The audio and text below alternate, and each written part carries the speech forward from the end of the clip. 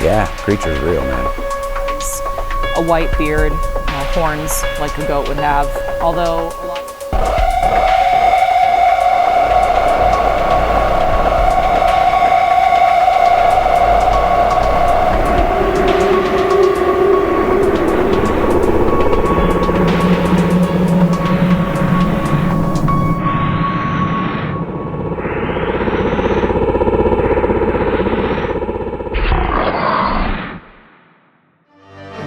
Good morning, Missoula. I'm Cooper Sharp.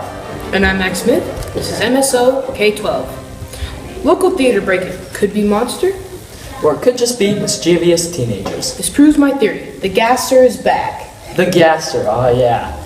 Folklore for the simple-minded. With 30 years since the last attack, he strikes again. There is no way a creature could have made this much destruction in this building.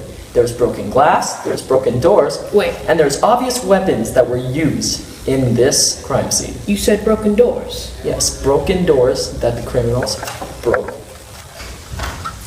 Grown men slamming themselves into doors? It's obviously the characteristics of a frightened animal. The reason they did this is because maybe the doors were locked, and if they couldn't open them with their tools, they had to resort for their last way. I think this is a monster. There is no way this could have been a creature or a monster because this all has human evidence all over it. Good night, folks. This has been MSO News. I'm a wildlife biologist for the greater Rocky Mountain region of the northwestern Montana range, particularly the Rocky Mountain front. Do you know of the Canus Amerigastor? Yes, I've never seen one. It is, they only come out of hibernation once every 30 years. I'm not quite 30 yet. I've been wanting to see one since I was a little girl, so I have not seen one yet, though I know that one has hatched and has been sighted around the Missoula Valley, or Missoula, the greater Missoula metropolitan area. What does it look like? Well, from all accounts, from people who have seen it, there are a lot of people in the area, local indigenous folk, who have oral traditions about this creature. Some people call it what I believe is Goat Man, stories and sightings of Goat Man. He has a white beard, horns like a goat would have, although a lot of the features of this creature, Canus Amerigastor, they're a bit more human, which is why I think it makes it so scary for a lot of people. And then does it prefer to live in? Normally, because it stays in hibernation for so long, it lives above the alpine line in caves that you find above the alpine line. Although with rising temperatures, we've been seeing it moving further and further down to the ground level, further and further to a water source that is reliable. The animal prefers to live in cool, damp, enclosed caves. It ate primarily the wolf, although in the last 30, 60 years, every cycle, the wolf populations have been declining, so naturally, more recently, the animal has been subsisting on the closest relative within range, the standard domesticated dog, people's pets. Do you think it is a threat to public safety? I think it could be a tremendous threat to public safety in the way that grizzly bears that border towns close to Glacier National Park are a threat.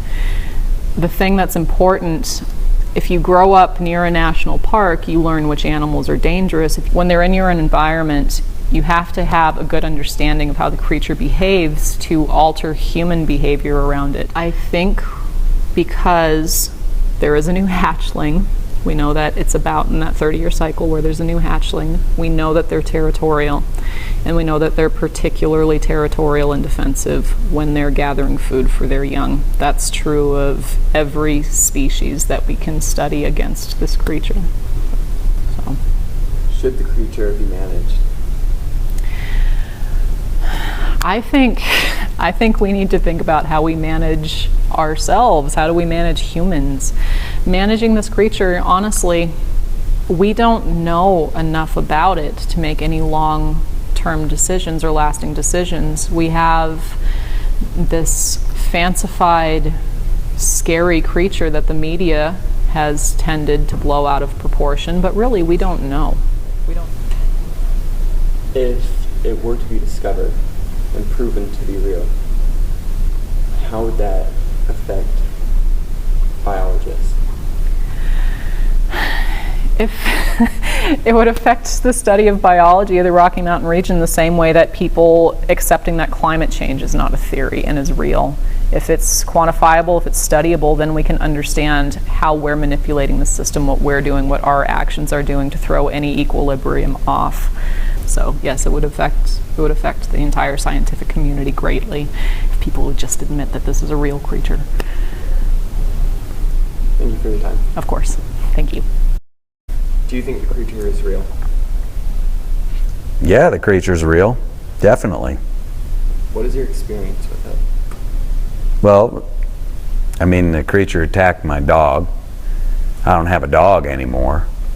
It attacked me. I'm lucky to get away with my arm intact. I got a scar on my leg, too. So, yeah, creature's real, man. So, do you believe it's a threat to public safety? Heck yeah, it's a threat to public safety. I mean, I'm injured. My dog's dead. Who's next? My neighbor? My parents? My kids? Yeah. So, do you think the creature should be managed then? Do I think the creature should be managed? I think the creature should be killed. You want to call that management? Sure. You know, from my perspective, the creature managed my livestock. The creature managed my dog. Tried to manage my arm. Yeah, that thing should be managed.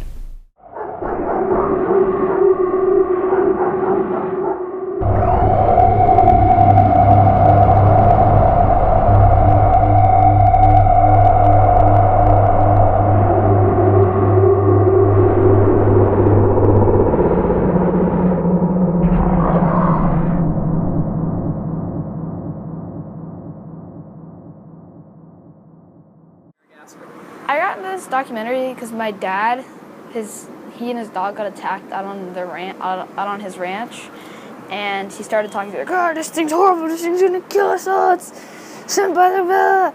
And I just was like, "Is this the whole truth?" And so I started doing some research, and I learned that you were trying to make a documentary about it, and so I decided to just contact you and see if I could be the cameraman. And what are you and Lucy hoping to do today? We're hoping to prove that the Canus Amerigastor isn't really isn't the big evil monster that everyone thinks he is, and just get some footage of it, because no one really has gotten much footage of this guy or thing or whatever you want to call it. So just to help with scientific research. Great. Thank you for your contributions to science. Anything that you would like to add? Hope it doesn't tear my face off.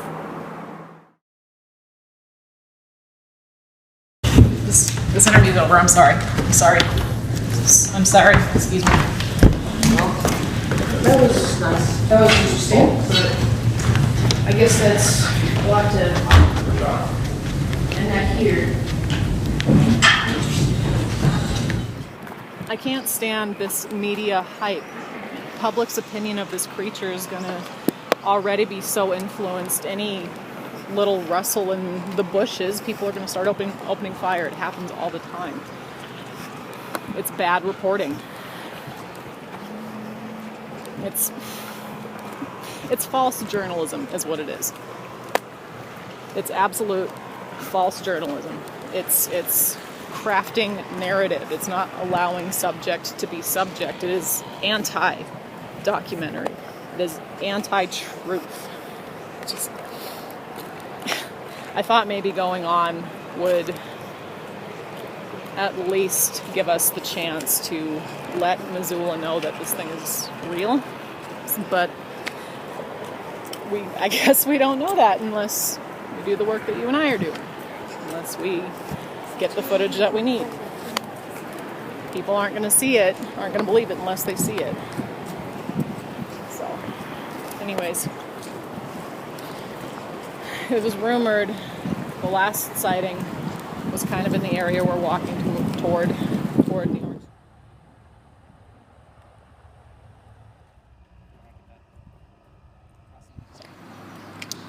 we've reached the tunnel that most closely resembles a cave in the area. If we're going to find it, we are probably going to find it.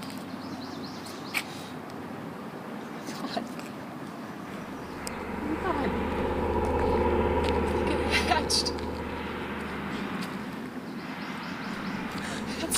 That's it. It just happened.